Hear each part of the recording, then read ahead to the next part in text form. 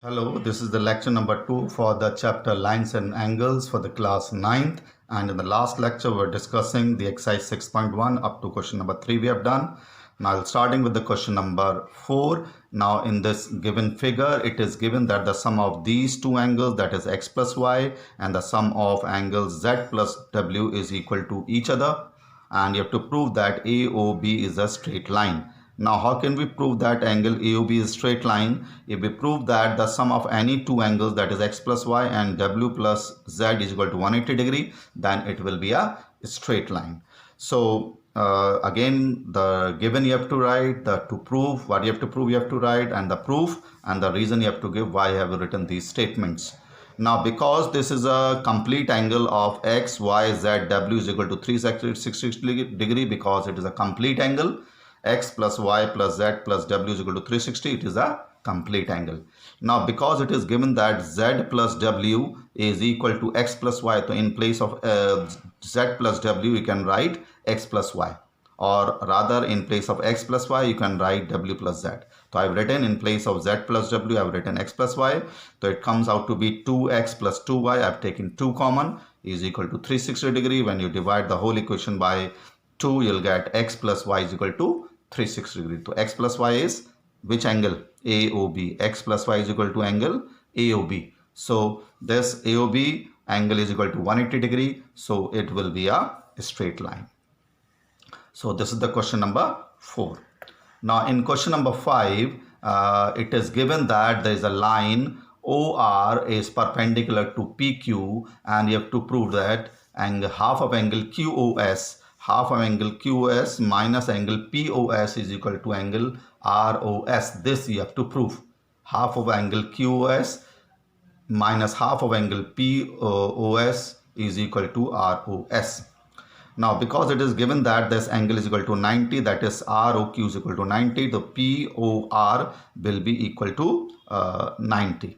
Now if you let this angle is equal to x, so you can write that angle POS will be equal to 90 minus x, because the sum of these two angles is equal to 90. So if one of the angle is 90, then the other will be 90 minus x, and the angle QOS, this angle QOS will be 90 plus x. This angle QOS will be equal to 90 minus x. Now starting with the right hand side, in the right hand side we have half, or rather in the left hand side we have half angle QOS minus angle POS. This is the left hand side. This is the left hand side. Half of angle QOS minus POS, and we'll prove that it is equal to ROS, which is equal to x. You have to mark the figure very carefully. Now replace the value of QOS, which is equal to 90 plus x. Replace the value of POS, which is equal to 90 minus x. Open the bracket, 90 plus x minus 90 plus x.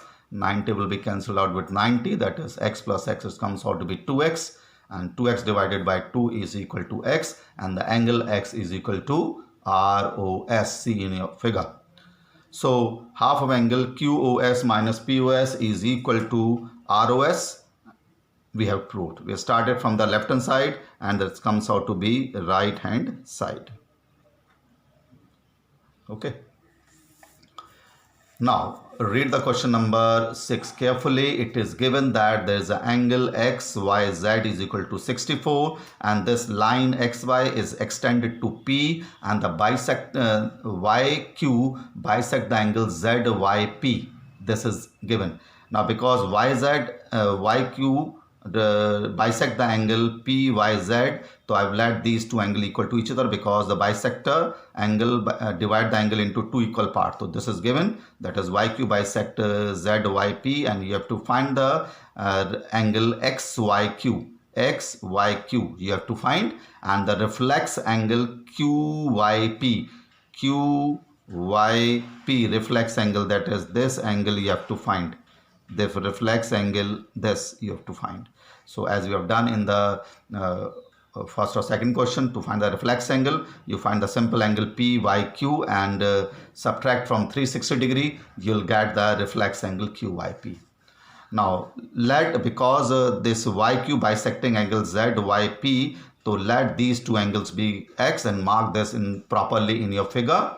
And we have let it equal to X because the bisector is given. Now in the figure it is clear that angle 64 plus X is equal to 180 degree because they are forming the linear pair. 64 plus X is equal to 180 degree because they are forming the linear pair. So 180 minus 64, that is 2X, and X, the value of X is equal to 58. And which angle you have to find? XYQ you have to find. If you see in the figure, angle XYQ will be equal to 64 plus X. So 64 plus X, replace the value of X which is equal to 58, and you are getting the angle XYQ is equal to 122. Now QYP, angle QYP is equal to X, and to find the reflex angle QYP, this angle, you subtract this X from 360 degree, you'll get the reflex angle QYP. So if you mark the figure very neatly and carefully, the question become very much easy. So draw the figure very neatly and mark the angles and the end points of the line segment very carefully. So this is the question number 6. Now in next topic we have the various types of angles, and these you have done in your lower classes also. That is, if the lines are parallel, that is, if we take this line AB and CD are parallel to each other, and this line is known as the transversal. You know that this is the transversal. Mark the various angles here: 1, 2, 3, 4, 5, 6, 7, 8, and this is the transversal. And if these lines are parallel, this is the transversal, then the corresponding angles axiom is, if the lines is parallel and PQ is the transversal, then the pair of corresponding angles are equal. If AB is parallel to CD, PQ is the transversal, then the corresponding angles are equal. You have done this. Corresponding angles are equal. That is, angle 1 will be equal to angle 2. It is a corresponding angle. You know what are the corresponding angle. Angle 3 will be equal to angle 4. Angle 7 will be equal to angle 8. Angle 5 will be equal to angle 6. These are the pairs of corresponding angles. Similarly, the alternate interior angle axioms. Axiom, again, if AB is parallel to CD, then the pair of alternate interior angles will be equal. Pairs of alternate angles will be equal. Now, what are the alternate interior angles? That is angle this 7 and 2 and angle 3 and angle 6. They are pair of alternate interior angles.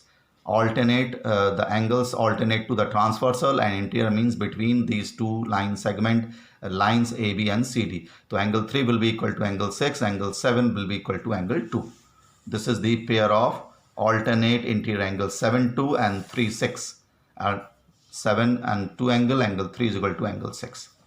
Now after that we have alternate exterior angles axiom. Alternate exterior, again, if AB is parallel to CD, PQ is the transversal, that the alternate exterior angles will be equal to each other. Now the alternate exterior angle, that is opposite to alternate to segment, and outside this AB and CD, that is angle 1 and angle 8, the alternate exterior angles alternate to PQ, and angle 5 will be equal to angle 4. These are the pairs of alternate exterior angles, and they will be equal to each other. Now after that we have co-interior angles axiom. Now what are co-interior angles? Now co-interior angles are those angles which are on the same side of the transversal and between the two parallel lines or two line segment. So angle 3 and angle 2, they are co-interior angles, or we can say that the interior angle to the same side of the transversal. Angle 7 and 6, they are co-interior angles. Angle 3 and angle 2, angle 7 and angle 6 are the co-interior angles, and the sum of these two angles will be supplementary. That is, angle 2 plus angle 3 will be equal to 180 degree, and angle 7 plus angle 6 will be also equal to 180 degree. This is known as co-interior axiom. The co-interior angles are supplementary. This we have to learn.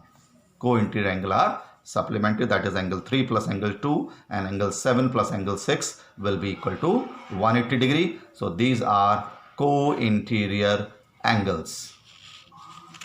Now, based on these axioms, we have the exercise 6.2, and in question number 1, it is given that these two angles are given, that is angle GEA is equal to, given as 50, this is A, GEA is equal to 50, and angle CFH is equal to 130, and you have to prove that AB is parallel to CD. You have to prove that AB is parallel to CD. So what is given you have to write, and what you have to prove you have to write. Now angle X you can easily find.